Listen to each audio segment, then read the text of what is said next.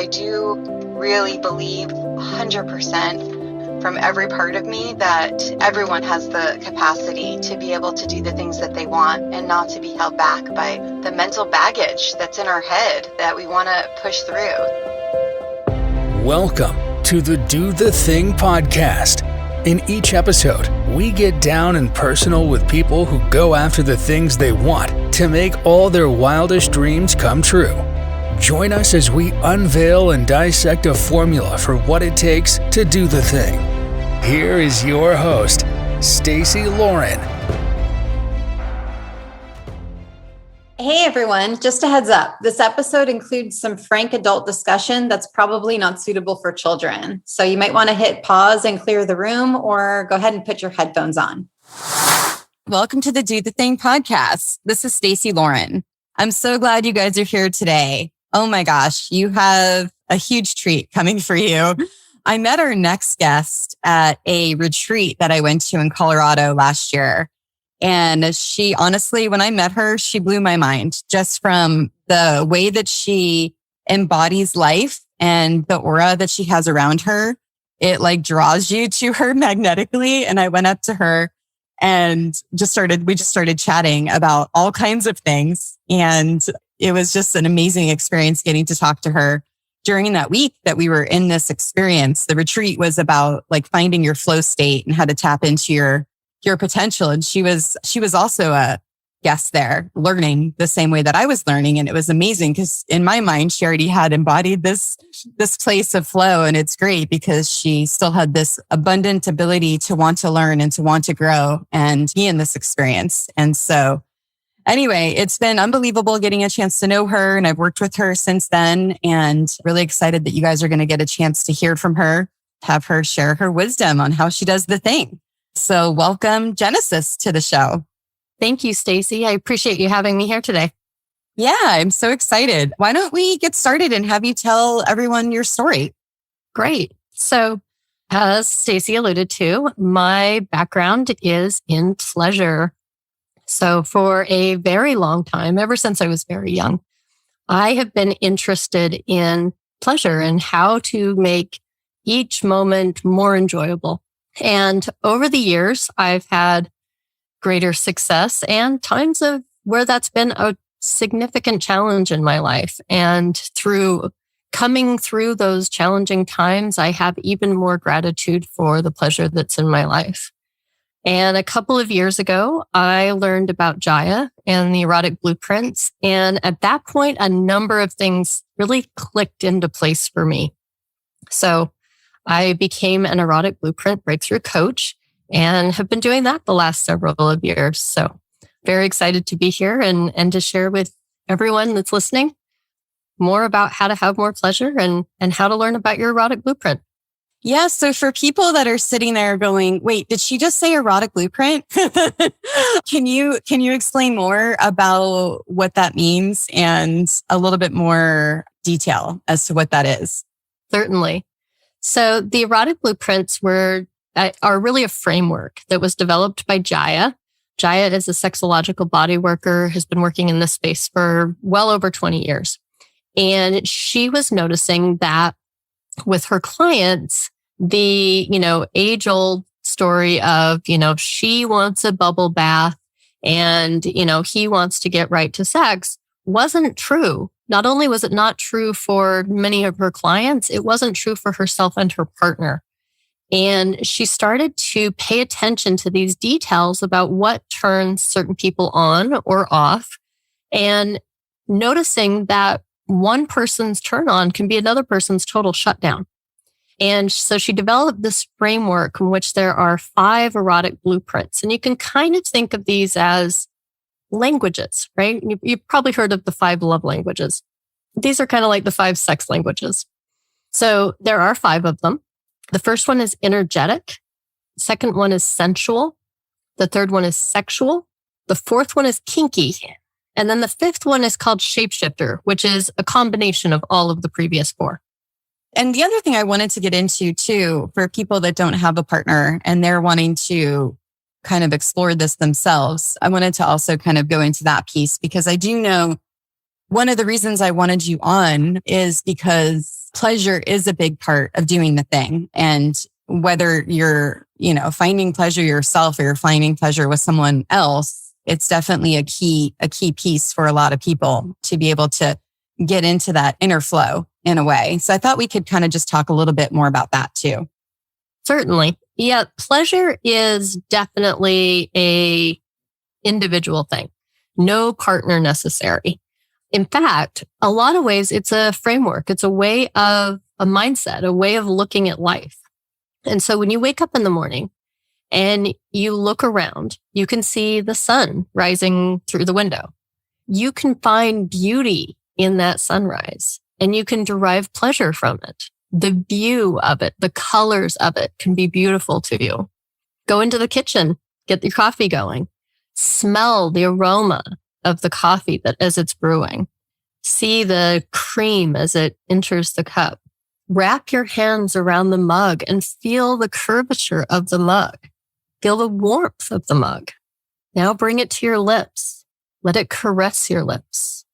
And as you slowly take that first sip, drink in all of the pleasure that there is in that cup of coffee. I call them coffee-gasms because it is totally possible to have orgasmic response from sights, smells, and tastes. Pleasure is your birthright. Our bodies are wired for pleasure, and our bodies really are fed by pleasure. So one of the practices that I have in the morning is what I call pussy pleasure meditation. And, many people meditate, and there are many different types of meditation. This type of meditation is really a combination of a gratitude practice and a self-pleasure practice. So I'll place my right hand on my heart, and for 5 to 7 minutes, I will just out loud say the things that I'm grateful for.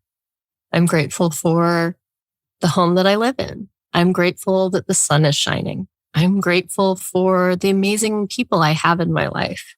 I'm grateful for my health, right?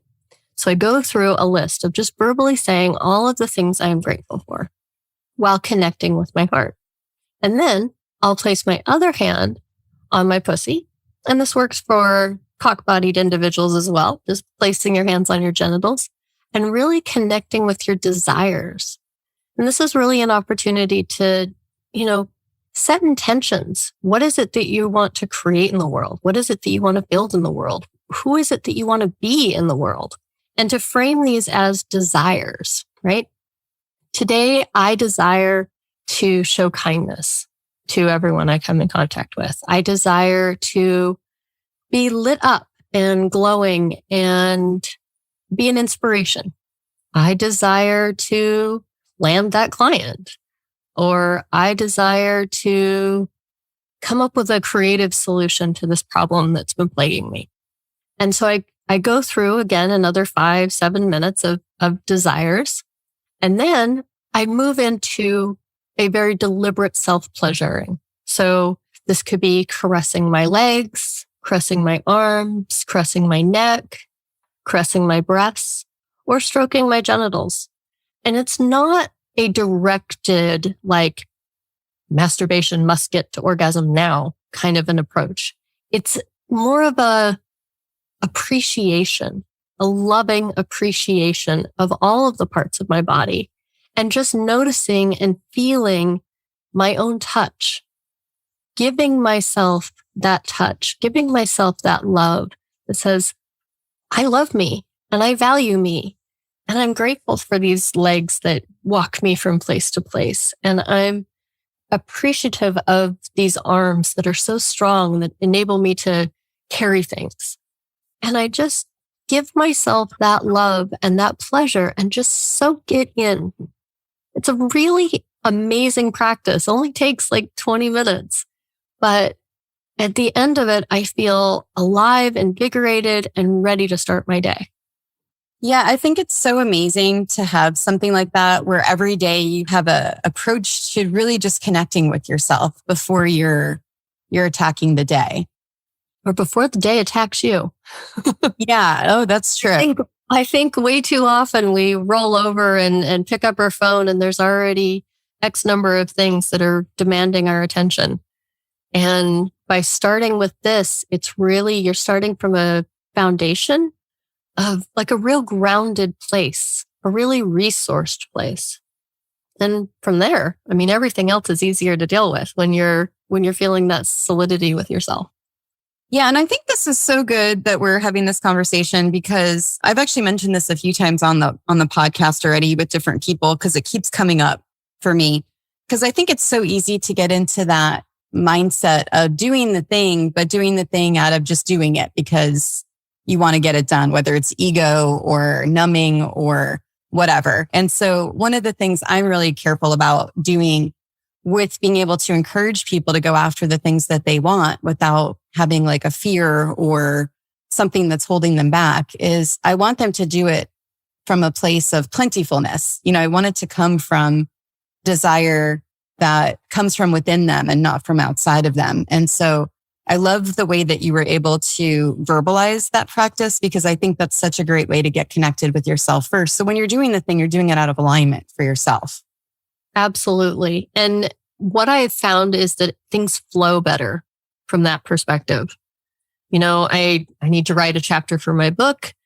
And when I'm coming from this pleasured, aligned place, it just flows easier.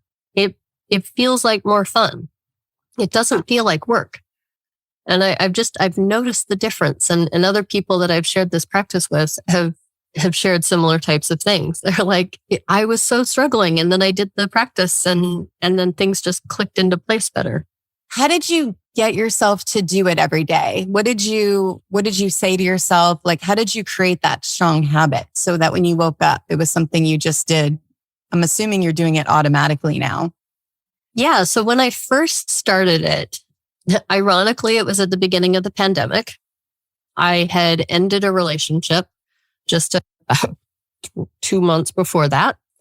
And I had been doing some reading and I had learned about how when you're in pleasure, it boosts your immunity. So of course, beginning of the pandemic, we didn't know what this thing was. We didn't know how it was going to affect us, but all we knew is better boost our immunity. And I thought, all right, twice a day, I am going to self-pleasure for a half hour each. And I am going to have my body be so filled with pleasure and my immunity so high that whatever this bug is, it's not going to get me. And here I am 2.5 years later now. Well, not quite 2.5, but two years later, I've never gotten COVID. So take it for what it is. It works. But awesome. Yeah, at this point it is. It's a habit. It's just a great way to start my day. And I feel, there have been times when something has, needed me up and out earlier than, or maybe I skipped it. And I feel that. And then I find myself like midday going, oh, that's what's missing. Got to do that. And like I said, it started as a health and wellness technique and really became a habit and something that I enjoy doing. And if I do miss it, I don't criticize myself because that there's no need to criticize myself. I just notice it and notice that I'm missing it and either do it at that point or make sure I do it the next day. Yeah. And do you think that the idea of knowing the erotic blueprints now, has that helped you kind of formulate what your rituals are? The erotic blueprints have definitely given me a broader set of toys to play with, for lack of a better term. So I'm a shapeshifter, which means I'm D, all of the above. I like all sorts of different things. So each day I can use different types of touches depending on my mood. So the sensuals, they're the ones that are really turned on by like having their senses ignited. The one, like what I was talking about, the coffeegasm, right? The smells, the tastes, the temperature, the way things sound. And so when sensuals are very into different textures, right? So like a fluffy blanket and feeling and caressing that, or, the smooth, silky sheets, really being able to just derive pleasure from the sense of touch or the sense of smell, sight, taste, sound. So that really gives me an extra flavor to add into my self-pleasure practice. Other days, kinky, right? So kinkies are turned on by things that are taboo. And there's basically two categories of kinky. There's the psychological kinky, which are the ones that are turned on by like dominance and submission. And then there's also the sensation-based kinky, which are more turned on by the physical, like restriction of ropes or a spanking or that type of thing. So when I'm doing a self-pleasure practice that I can incorporate kinky things, which could be like giving myself slaps on my thighs or using my fingernails to scratch if I'm in more of that sensation-based. Or I can kind of play in my head with like, are you a good girl? Are you being a good girl? What would you need to do to be a good girl? And I can kind of play with that psychological kinky. So it adds more tools to the toolbox or toys to the toy box of ways I can play in my self-pleasure practice. Yeah. And it's like toys in the toy box of how you can live your life too. Absolutely. It's funny because once you start paying attention to the blueprints, you start seeing them everywhere. I start noticing them in the boardroom, right? And it's like, that person is being a little bit more quiet. They're kind of, more observing. I think they might be more of an energetic, right? And more turned on by that tease or that anticipation. And they're really seeking connection or presence, right? With energetics, they are super sensitive to the energy in the room and can short circuit if it becomes too much. So just noticing these kinds of personalities in these different ways, it has changed the way I interact with people. When I can recognize their style and then meet them where they are, they feel safer. They feel more seen, more understood. Yeah. So through it, you've learned not only how to resource and nourish yourself by utilizing them, but also how to interact with others. Exactly. And and of course, in the bedroom, it's a lot of fun because once you've learned how different types like to be touched or like to be played with, then you can really super satisfy them. And when you can communicate the way you like to be played with, you can be really super satisfied by a partner. Yeah. So, okay, we're moving on to this. So we talked before the podcast started and I said, okay, I'm really doing the thing with this because I'm going out of my comfort zone by even having this conversation on the podcast. So I'm so proud of you. Thank you. Yeah, because pre-life, where I was running a business, I had the business owner side. I mean, I was such a, never talked about anything outside of the normal, kind of things. And now here we are talking about pleasure and sex, but it's all part of this life, right? Where I do the Peloton. I talk about that a lot on the podcast. And Robin Ariza, who's one of my trainers that I love, she said yesterday, life is not a dress rehearsal. Like you have one life, right? And so if we're going to be held back by certain conversations that may be awkward or uncomfortable, then why are we doing this? So I think it's important, to be able to have the conversations and to open up the doors so that people can learn more and understand more about not only how they can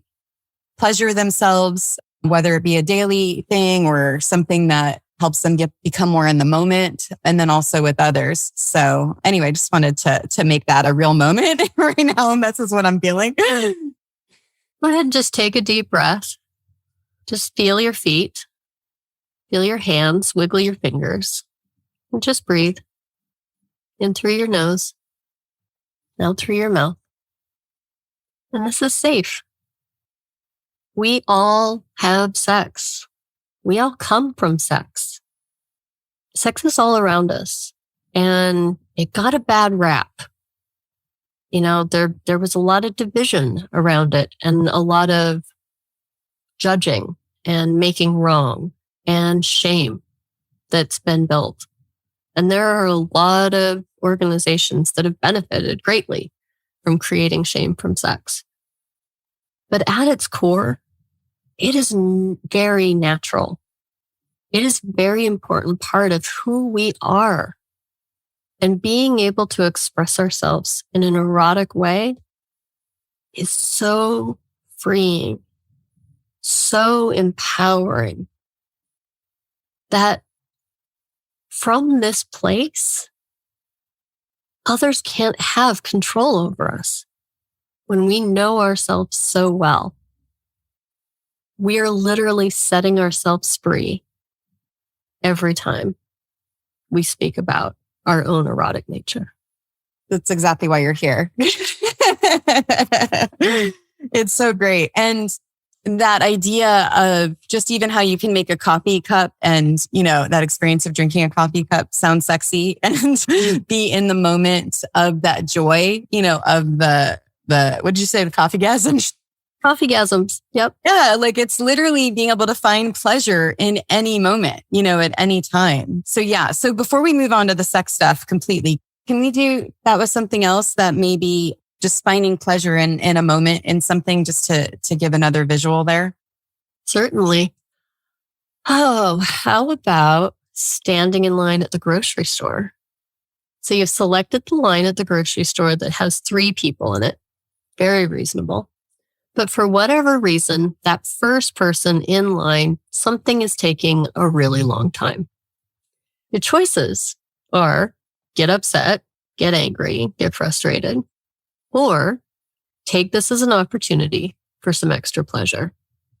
So you may want to close your eyes, or you may want to leave them open and just feel yourself in your body, noticing your breath, consciously slowing your breath down, just feeling each muscle in your body and noticing, how can I make this a little more relaxed? And just allowing yourself to relax that muscle. Looking around, maybe there's all the bubble gum and the magazines, and just glancing at them, noticing the color, noticing the vibrance, noticing the words of juicy or fresh or spicy, and just letting each of those words permeate. Get that little smile going. What do you think about when you see the word juicy? What do you think about when you see the word spicy? What do you think about when you see the word fresh? And just feeling each of those inside your body. Noticing how, as your breath is calm, your muscles are relaxed, and you're just observing the things around you, you can see and find joy. And perhaps it leads you on a little fantasy escape. And you can think about that encounter you had last week, or you can think about that date you've got coming up next week, or you can think about your own self-pleasure session that you had, and just taking a time out. The universe has said, you deserve a little break. Take that time. Maybe do some Kegel exercises. That's a great way. I love to do Kegels in traffic, right? You're in traffic, nobody can see you, and you can just squeeze and pulse and feel that. You can even put on some music when you're in traffic, and you can do some hip circles. People can't see that. You can just enjoy the pleasure of your body moving to the music, internally squeezing those muscles and taking a pleasure break. Yeah. And I think the other amazing thing about just even the grocery store example is like you're really retraining your brain, in times of chaos or in times of just frustration on how to respond, and just even that question. I love that question. How can I make this a little bit more relaxed? If you could even ask yourself that question at any moment in the day, whenever you're feeling that, it really just, it gives you that practice to use that muscle to be able to do that even more. My favorite question is, what would make this moment even more pleasurable? It could be something as simple as putting a blanket over your lap while you're on a Zoom call, right? Maybe you're a little cold. Maybe you want to feel a little more snuggly. That would make this moment a little more pleasurable. What would make this moment even more pleasurable? Ooh, what if I open the shades and let the sun come in more? That would make this moment even more pleasurable. It's exactly that. It's a mindset. It's a reframing. What you can control, you can make more pleasurable. Yes. Okay. So this is perfect. Now let's talk about sex. So we were going there, and then I sort of halted for a minute to explain my uncomfortableness, and then you helped me work through that. So how do you think, like, if someone's new into the erotic blueprints and they're learning theirs and they're learning their partners, what do you think is kind of like a good kind of first step? And then also, why don't we'll relate it back to the podcast too, as far as why is that important in regards to doing the thing? Yeah. So doing the thing of learning about your erotic self and learning about your partner in an erotic way, it's a deeper knowledge. And from this deeper knowledge, you can make more informed choices and have better outcomes. And to your point, it can be a little awkward at the beginning to start these conversations when so many people have shamed them and shunned them for so long. So a great way to get started is by being curious, right? Let's say you've got a partner, and the last thing you want to do is come at your partner and be like, our sex life really sucks. It has to get better or I'm leaving, right? That's not going to work so well. But if you instead approach it from a perspective of, hey, I heard about this thing called the erotic blueprints. It sounded really interesting. Would you like to learn more about it with me? Or even coming from the perspective of, there's nothing wrong with our sex life. But since we're going to be together for a really long time, what if we took some time to learn about how to make it even juicier, even better? Would that be fun? I would love to do that with you. There's a couple of different ways to go about learning about the blueprints. One of the ways is taking the erotic blueprint quiz. The other is there was a Netflix show called Sex, Love, and Goop with Gwyneth Paltrow that featured my mentor, Jaya. And there's a way to learn there. And then really the best way to learn is getting involved with the Erotic Blueprint Breakthrough course, which is a 8-module course broken down into little videos. And there are many coaches like myself to work with to help overcome any challenges that pop up as you're going through this information. But it's a really fun, playful approach. And like I said, it's broken into these little videos, and each video is really focused on that learning and that exploring and that playing and getting curious, because it's all information. There's not a right way and a wrong way. There's learning, how does this work for you? What would make this work even better for you? And the reality is, it may work differently for you on different days. Some days you might be right in the mood for that thing, and other days not so much. And it focuses on communicating and being able to communicate to your partner. Ooh, I really love the way that you're caressing my neck. That feels so good. But the way that you're pinching my nipple is a little painful.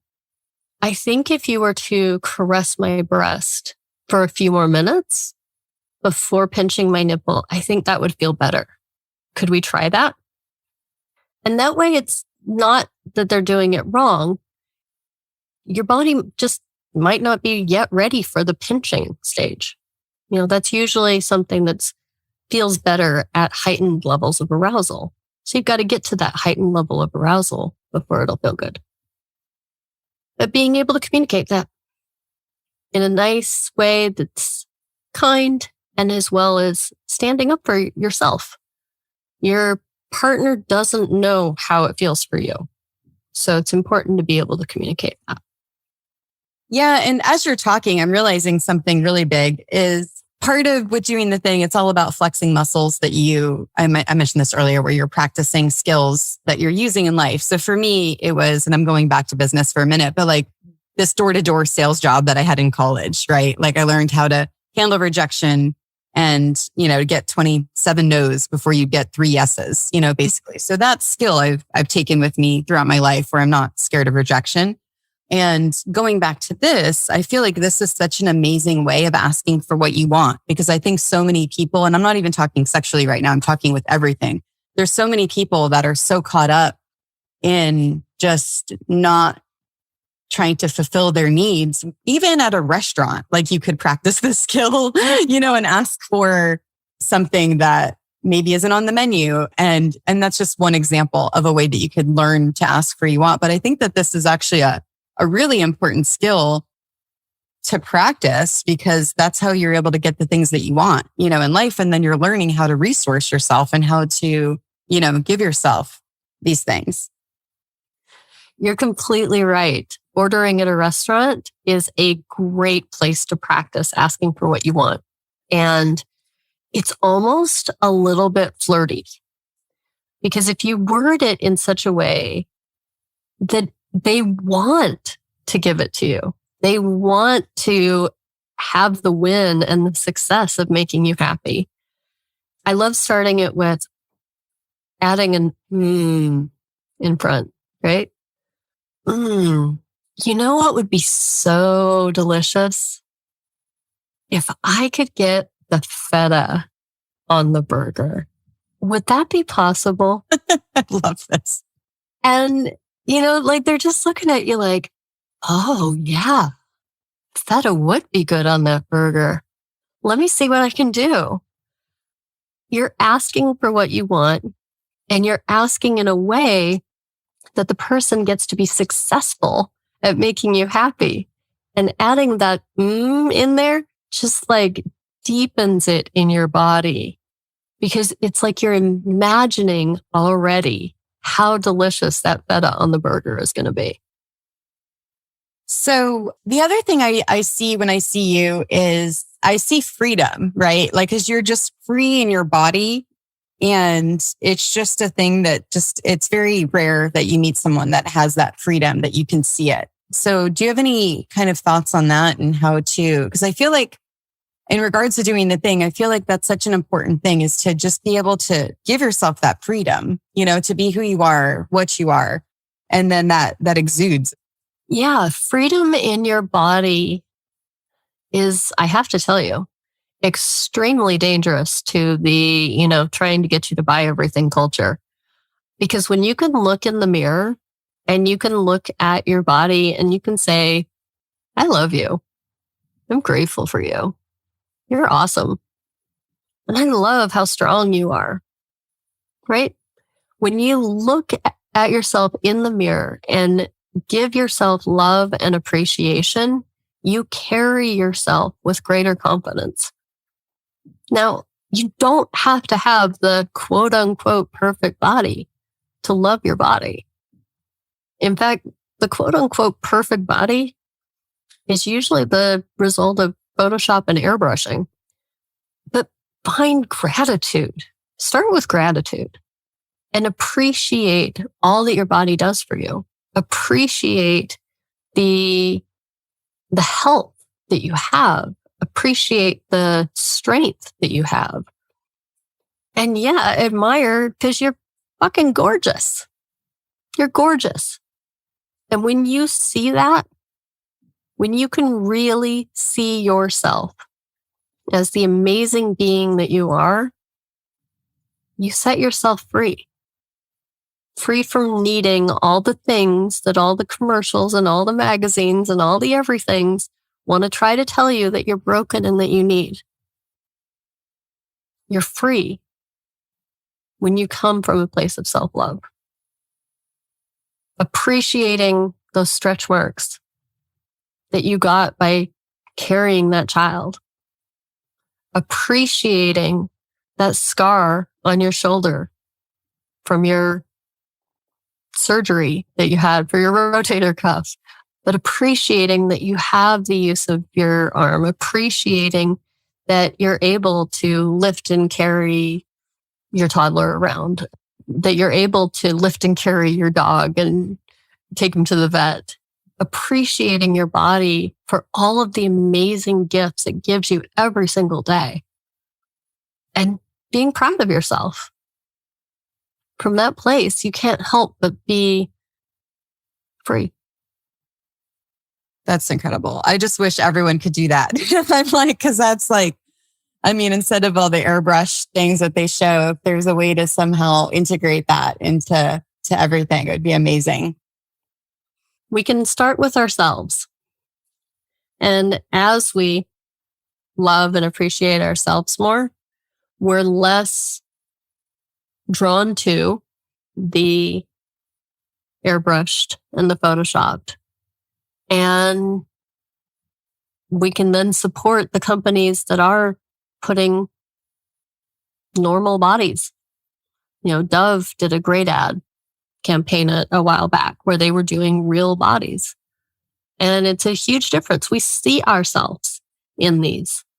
Third Love is a company that uses models of all shapes and sizes.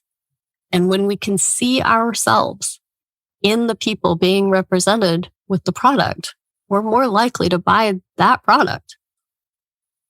So it takes time. It slowly changes. But in the meantime, we can, quit beating ourselves up for being something that's not even actually physically possible. Definitely. And then you said a good way to get started is just starting with gratitude and appreciating your own body. Absolutely. Stand in the mirror, stand in front of the mirror and gosh, start with one thing. What is one thing that you love about your body? Fantastic. Can you do another one? Great. Go for another one. Work your way up. For some people, they've been hating themselves and their bodies for so long. It can take some time. But if you can find just a couple of things each day to love and appreciate, you'll find it gets easier. Thank you. Thanks for sharing that. I think that's really powerful. Let's say you have just one piece of advice for people on doing the thing. What would it be? Do the thing that brings you pleasure. Pleasure brings you pleasure. Bring pleasure into your life. Do the pleasure thing. My advice is definitely just get started. Start small, if that's where you are, and build on it. Give yourself permission. I give you permission. Here is your permission slip. You have complete permission to spend 20 minutes every morning loving yourself completely, not criticizing or judging or any of that stuff, just purely loving yourself. And you give yourself permission to do that. That's really good advice. Really good. And then is there anything that I didn't ask you that you wish I asked you? Well, I mean, we can always talk deeper about, partnered sex playing with different types at another point in time if you'd like. But I just invite everyone to play, to keep in mind that this is fun, that our lives are, that we're here and we should be having fun and we should be doing things that feel good. And if it doesn't feel good, speak up, shift, make an adjustment, and find what feels good. Because life's too short to go around hating our bodies and having bad sex. Oh, yeah. So how can people learn about you? My website is Coach, the number 4, and then the letters GBS, as in the Grand Banquet of Sexuality. So Coach for GBS.com. That's the best way to get a hold of me. I have some information on there. There's a link to take the blueprint quiz. And then there's also a way to schedule a time with me to have a conversation to find out and discuss what your desires are and what you'd like to achieve in your sex life. And I'd be happy to have that conversation with anyone. Yeah. And I wanted to add the pleasure side too, even for self-pleasure too. Absolutely. I love coaching people on self-pleasure practices.